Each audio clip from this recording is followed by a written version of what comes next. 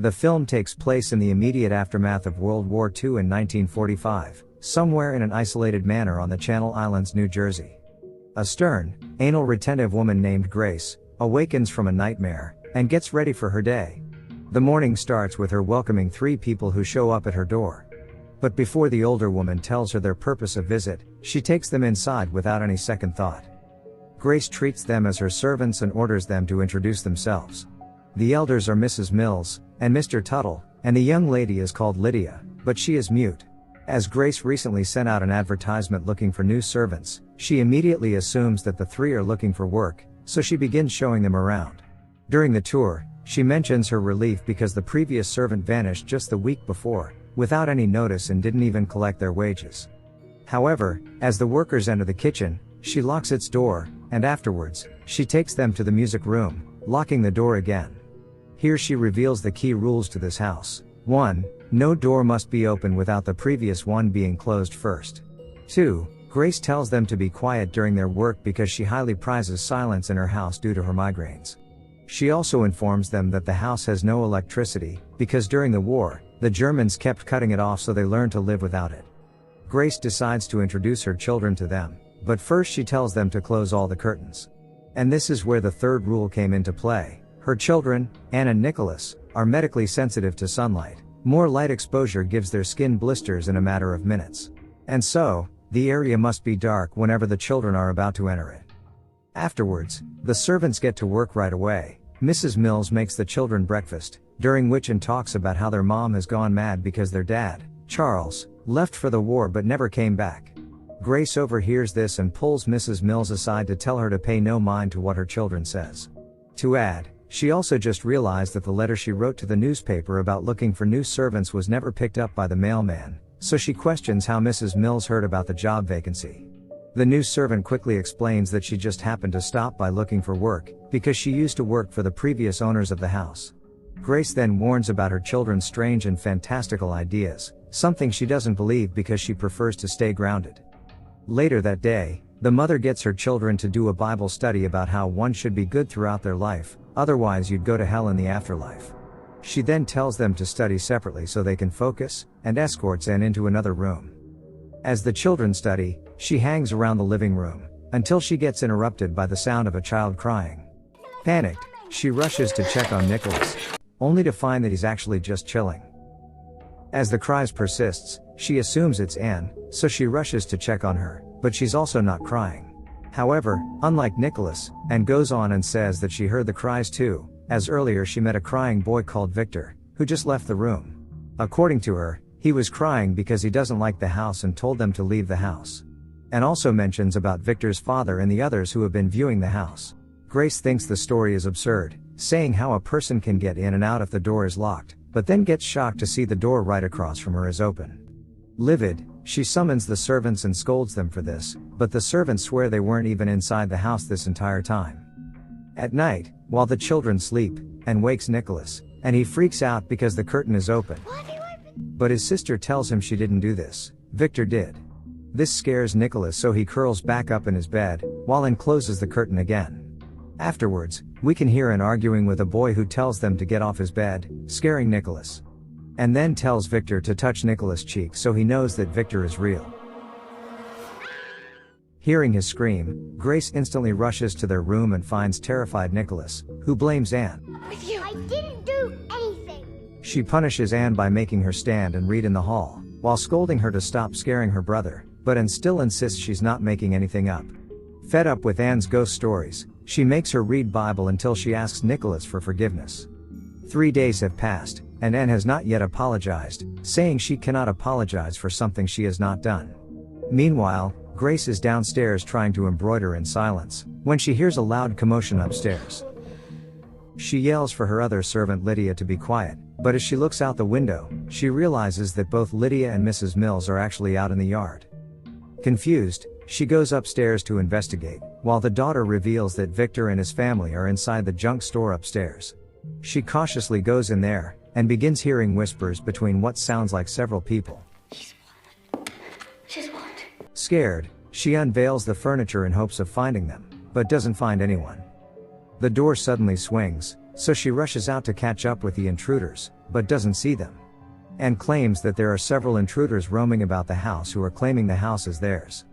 Later that day, the daughter shows Grace a drawing she made of all the people living the house with them: a father, mother, a little boy, and a scary old woman who would ask Anne to come with her.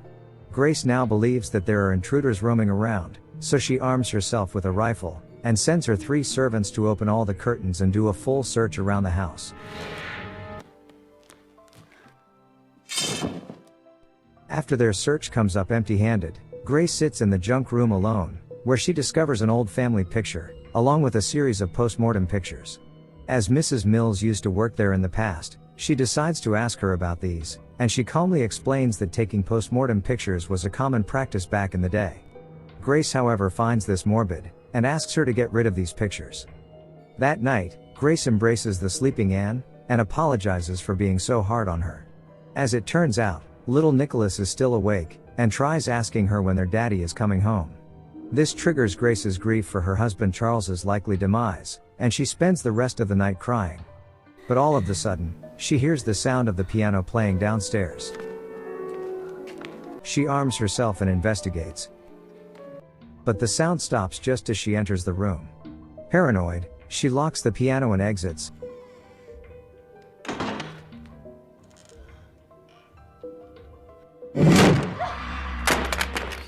But unexpectedly the door slams in her face, locking her out of the piano room. This prompts her to freak out and call for Mrs. Mills. However, when she opens the door, Grace gets shocked to find the piano lid open again. Mills tries to calm her down afterward, and says that sometimes the world of the dead gets mixed up with the world of the living, which Grace can barely tolerate. Now starting to grapple with the fact that there may be ghosts in the house, she heads out and attempt to find the local priest. Mills tries to stop her, but Grace refuses to listen. And on her way, she assigns the gardener, Mr. Tuttle, to look for gravestones around the property. However, after she sets off, now she thinks the house is haunted. Tuttle asks if it is safe to let her go, to which Mills says the fog will not let her go far. What's even more suspicious, Mills then tells Tuttle to cover up the gravestone completely. Meanwhile, the fog in the woods gets thicker and thicker to the extent that it does not let Grace pass. And then in the middle of it all, a figure emerges from the fog, shocking Grace, as the man is her long-lost husband, Charles. They lovingly embrace each other, making Grace forget her mission to find the priest. She then brings her husband home, shocking Mills. The first thing Charles does is walk up to his children, and hold them in his arms, but afterwards, he retreats to the bedroom and simply lies there all day, palpably unwell. While Grace shares a meal with her children later, it appears she doesn't want to acknowledge the ghost's existence anymore, and yet again scolds Anne for believing in them. This upsets the little girl, who runs out of the room crying, until Mrs. Mills stops her and assures her that she has seen the intruders Anne has been talking about, and not only that, some big changes are coming soon. At this point, Grace starts to believe that all the intruders have reverted back from their house, which worries Mills and others. They think that out of everyone, Grace would be the hardest to convince, which makes it difficult for them to carry out their plan.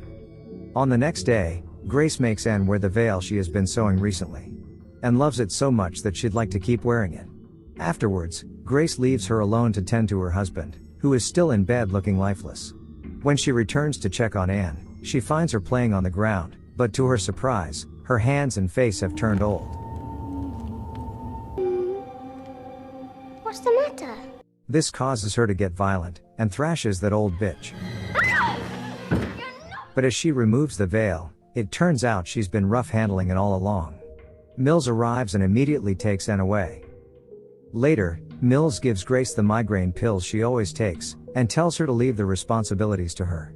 However, Grace becomes doubtful about Mills, so when Mills leaves, she does not take the pills and instead throws them into the sink.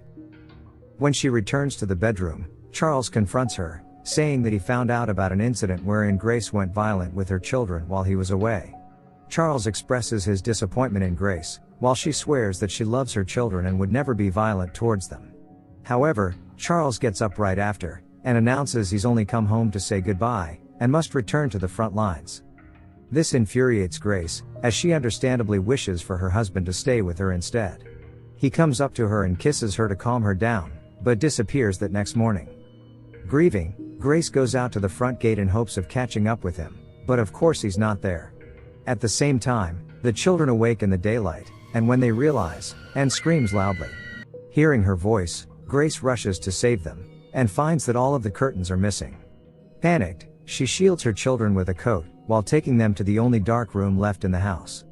She proceeds to question the servants, but they seem oddly calm about this, and suggest that perhaps the children may have grown out of their photosensitivity.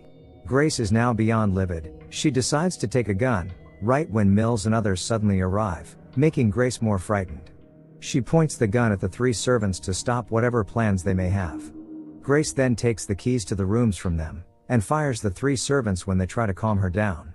As the three walk out, Mrs. Mills tells the two that it is now time to uncover the gravestones.